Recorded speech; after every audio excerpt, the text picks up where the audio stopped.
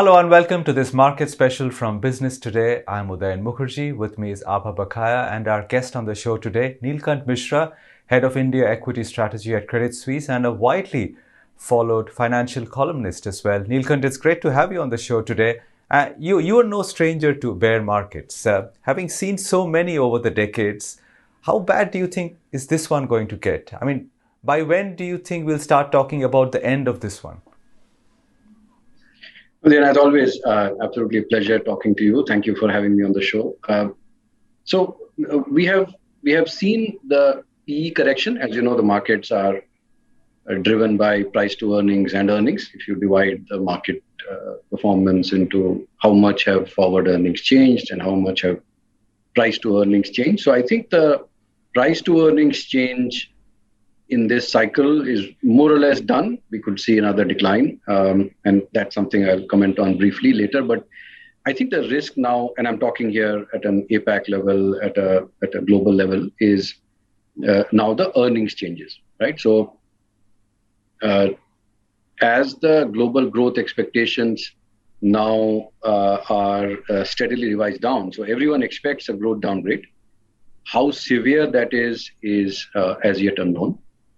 But the next leg for markets globally in Asia Pacific and therefore by linkage to India will be how much do we see the earnings fall by. And there, I think the prospects don't look that good, in particular in sectors like IT and materials. Now, having said that, if you remember the 2000-2001 recession or the market downturn started off as deflation of a dot-com bubble. But then 9/11 happened and we saw further downside of the market.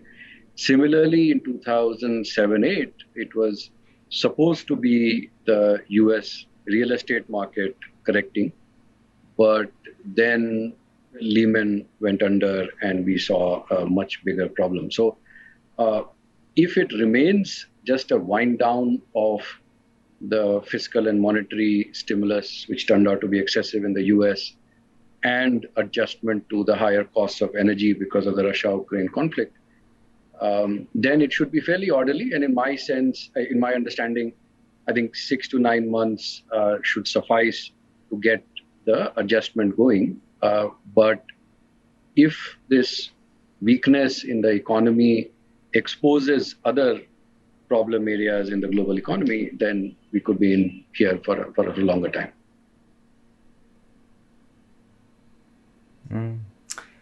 The feeling in the market from people one talks to, Neelkanth, though, is that this is a global problem. India is actually not in a bad place. Our macros are fine and we should actually get off fairly light compared to the rest of the world. Do you agree with that hypothesis? And can you recount or recall instances in the past where the world or the Western world, the US and Europe, have been in a bear market, but India has been in a bull market? Yes, I think that can happen, though the probability of that happening at this stage would be low. To give you perspective, see, if you think about the Indian market here and the global market here, and this is the price to earnings premium, and think about an elastic band between the two, right? It is possible that, if we started here and the global market is falling off and this elastic is getting stretched, India can hold up, right? But beyond a point, it is very hard for the elastic band to stretch a lot, in the sense that our equity markets are totally open, in the sense that investors can come in and go out. Our capital account is totally open on that front. And therefore, global equity markets in many ways are deeply interconnected. What we also have to remember is that India is not yet an asset class, in the sense that a very large part of the equity capital that comes into our markets is through the emerging markets and Asia Pacific indices. So people invest in emerging markets. If the emerging markets asset class is not doing that well, then we will have problems as well. If the Asia Pacific markets are going to see a very significant impact of the downside risk on global goods demand, then I think the Indian markets will get affected as well. So I do think that we have to be wary of that.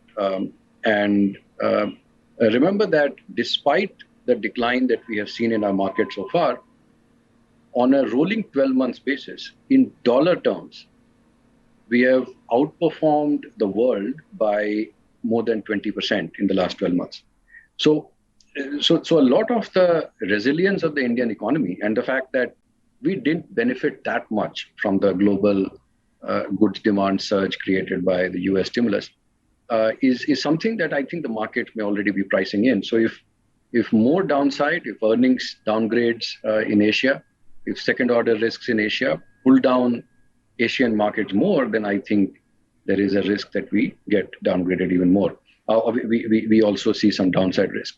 Having said that,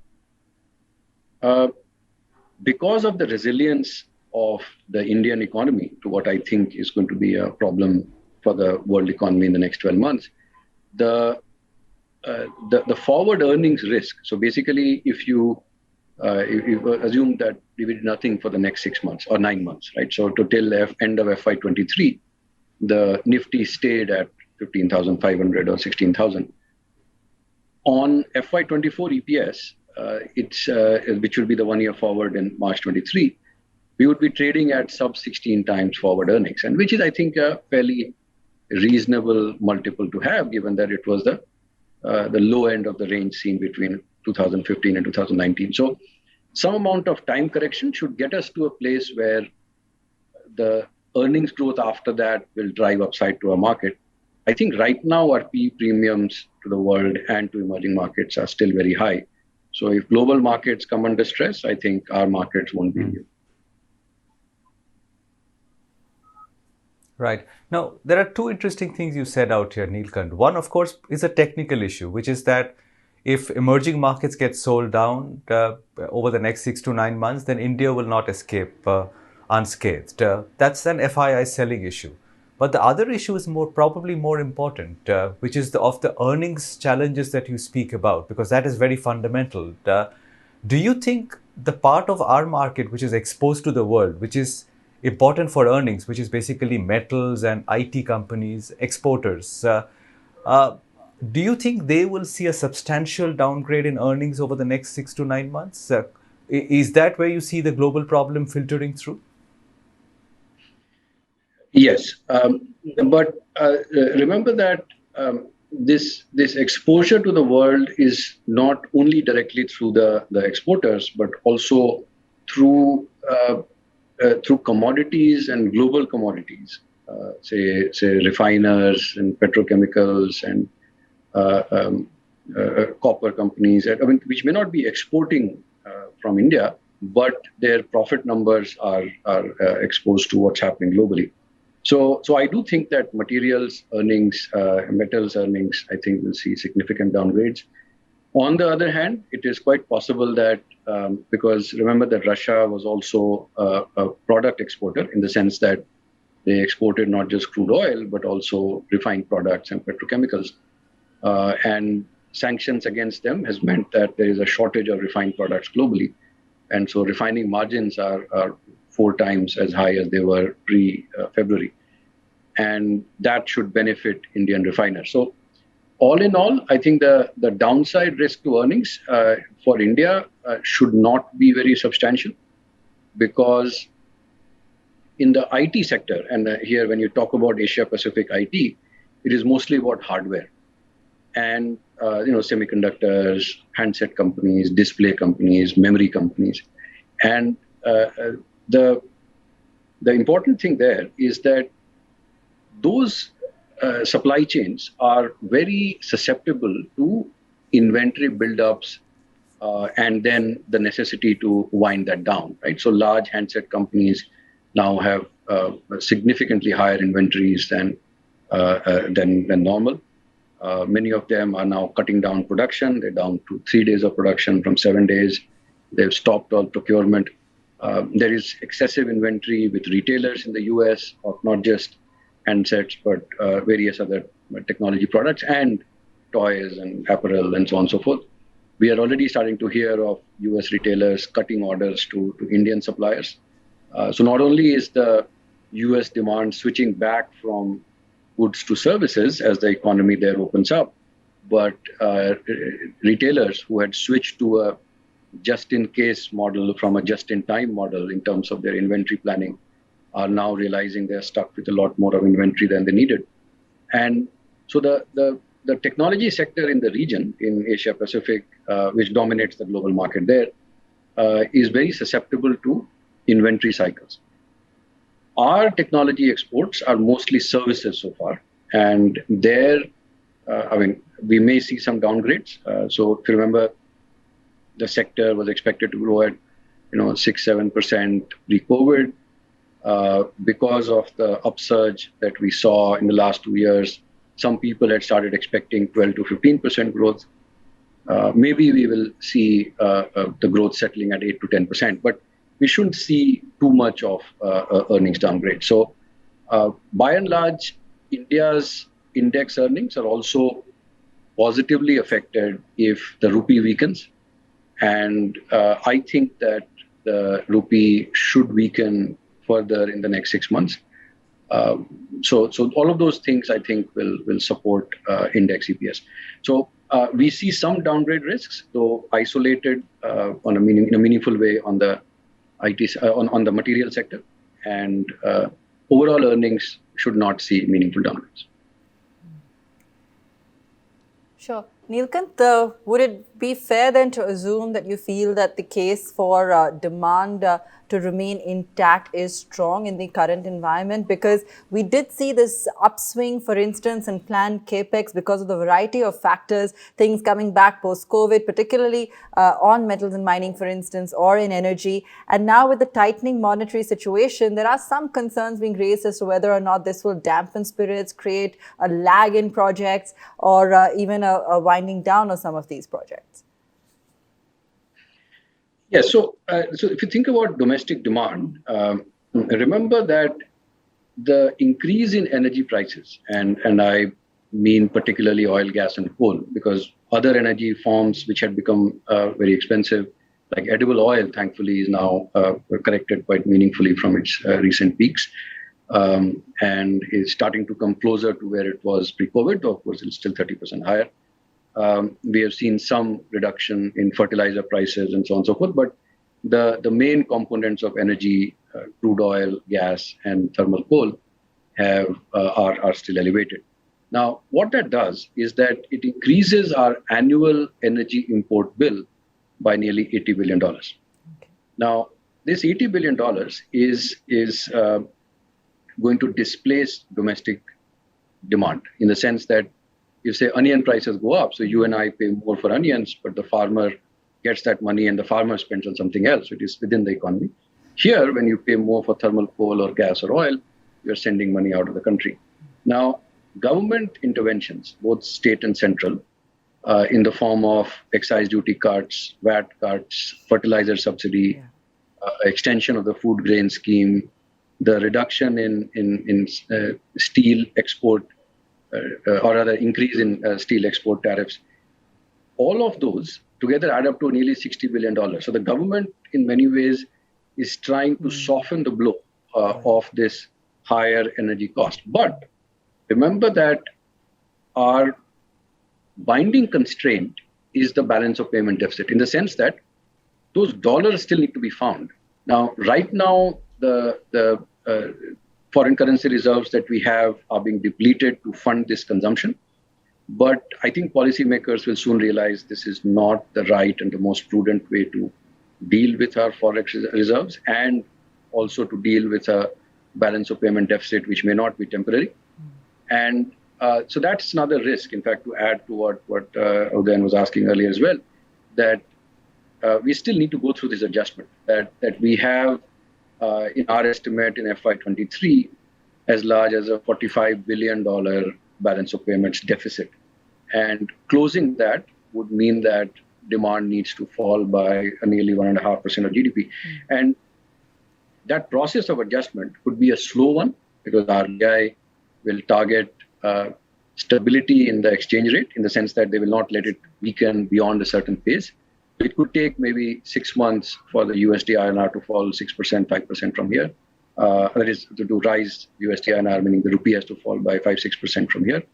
And when that happens, I think they will see a reduction in demand. So therefore, we were very overweight. We liked industrials till February, March.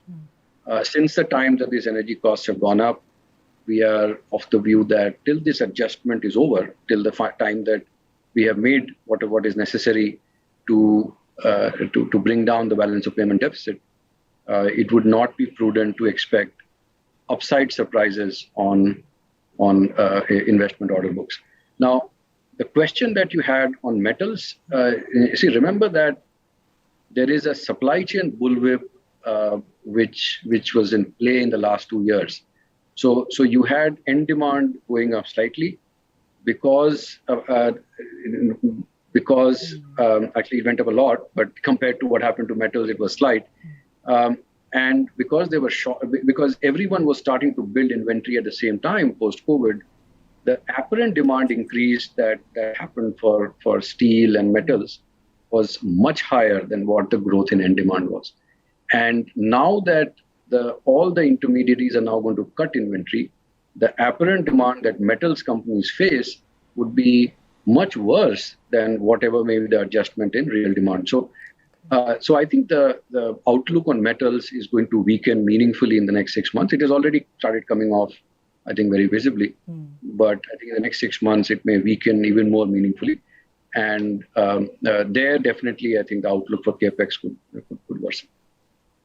If you're right in this prediction, Neelkanth, that the outlook for metals actually weakens materially over the next 6 months, where does it leave a consumer of metals like autos? Because over the last few days, there is excitement once again with this underperforming sector. Over the last 3-4 years, it's done nothing. But it started picking up. The Marutis and M&Ms of the world are doing well again. Do you think part of this excitement is justified, that their margins might begin to look better in the light of the plight of the metal companies? Great question, Udayan. I think there is a lot of merit in what you say. So we've been highlighting that, look, the trading template that investors are used to is that whenever there is a concern on growth, you temper down your expectations on autos, right? Autos are a very high value. This is the second most expensive thing after a house that any household buys. So it's a very high value, discretionary purchase, highly rate sensitive. So whenever there is some concern on growth, people sell down autos. But if you just use US auto sales as an example, in a normal recession, if you go back the last 50 years, the peak to trough drop in sales is 25 to 35%. Because of supply issues, the personal vehicle sales in the US are already 23% below the recent peak. And I think the same holds true for some segments in India as well. So over and above the margin support that may come from falling metal prices, I think the risk of significant downgrades. So remember that global auto production used to be 95 million units. I'm talking personal vehicles. And it is right now, so if you take the last few months average, it's about 76.7, so it's 77 million units. And so just normalization, in fact, in the US, inventories used to be 70 days on average of autos. Right now, they are 20 days. So if that 20 becomes 50, you're talking about nearly 10% growth in production. And this is as a sector with very high operating leverage. So as utilization start going up, margins get supported. So I think that this can be a good place to be. And the trading behavior would be very different from what we have seen in prior recessions. Having said that, there are segments within autos, right? So for example, tractors may still do well because a lot of the fertilizer subsidy goes straight to the farmers. So to the extent that some of the products the farmers produce or grow are selling at market prices, this becomes almost like a handout to them. Of course, it also goes to farmers who are growing rice and wheat and all that, which is at where the prices are not really global. But over and above the the terms of trade shift because of higher food prices. Similarly, in four-wheelers, I think there is quite a bit of scope for supply to ramp up because now, as I was saying earlier, if handsets and PC supply chains are winding down, I think the availability of semiconductors which go into cars can also improve over the next 6 months. On two-wheelers, I see persistent risks. The first point is the two-wheelers have not been supply constrained, at least most of the large mass market two-wheelers. Secondly, the price adjustment that needs to happen. Remember that from the time that I bought my first motorcycle, the prices had been at 45,000 rupees, and they were in 2019 also 45,000, 50,000 rupees.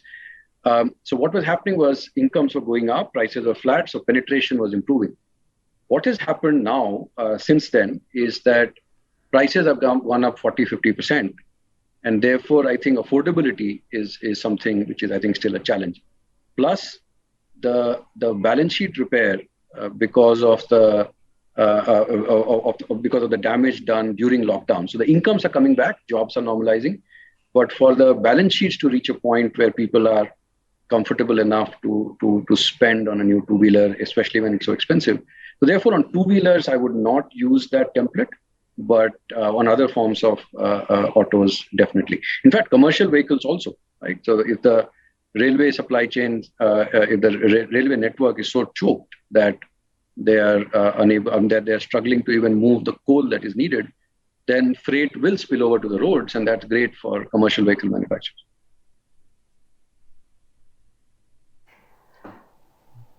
Neelkanth, what do you think we'll see when it comes to the demand, this whole dynamic play out and its resulting impact on the financial landscape? We're watching out next policy now. It's still a while away. In the middle, in the next 2-3 months, we may or may not see further surprises from the Fed.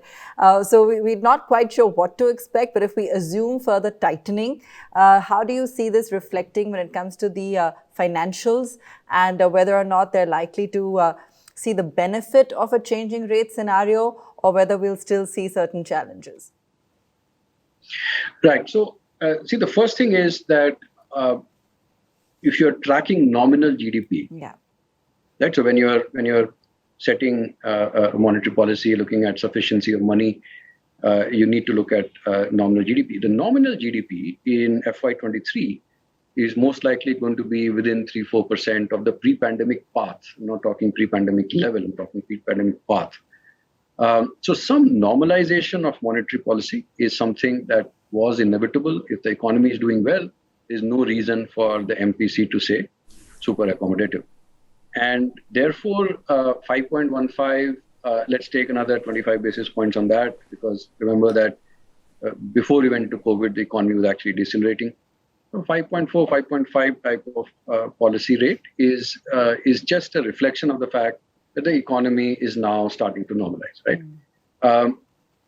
What happens beyond that? Do we go to 6, 6.5? And my sense is that the global demand situation is weakening so rapidly, and especially in sectors like tech, where I think the new order flow is starting to look very weak, and order cancellations are starting. Yeah. And so as that slows down the other economies, remember that the increase in exports from CY19 to CY21 in many of the Asian economies was 4 to 14% of their GDP. So the spillover of goods demand from the US and the excessive inventory building that the whole supply chain was doing is something that had boosted GDP a lot. And as those things start to correct, I think the necessity to keep raising rates may not be felt by the time we are in, say, October or December. Now, having said that, so what does this mean for financials? And I think that just the normalization, remember that credit growth is now at 13%. If back in July, August last year, when we started saying that it would reach these levels, people were wondering how can it do that, right? Because how will the GDP growth be sufficient? And our point was that as the GDP starts to normalize or come to the pre-pandemic path, I think the necessity of building inventory. So working capital is a very big source of credit demand. And just normalization of inventory levels in the economy will, I think, create credit demand. And that should be good for banks, for financial sector in general.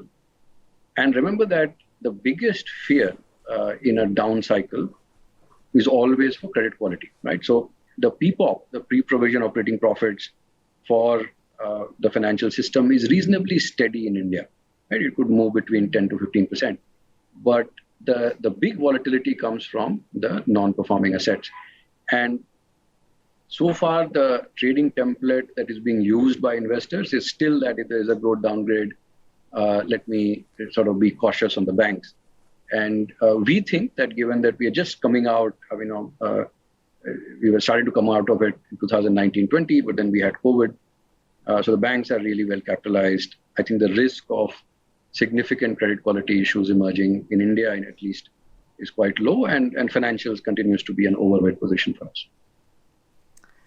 All right, Neelkanth, thank you so much for joining us, taking out the time to share your views on all the latest developments from Udayan and myself. Great having you with us. If you like the video, do like, comment, share and subscribe.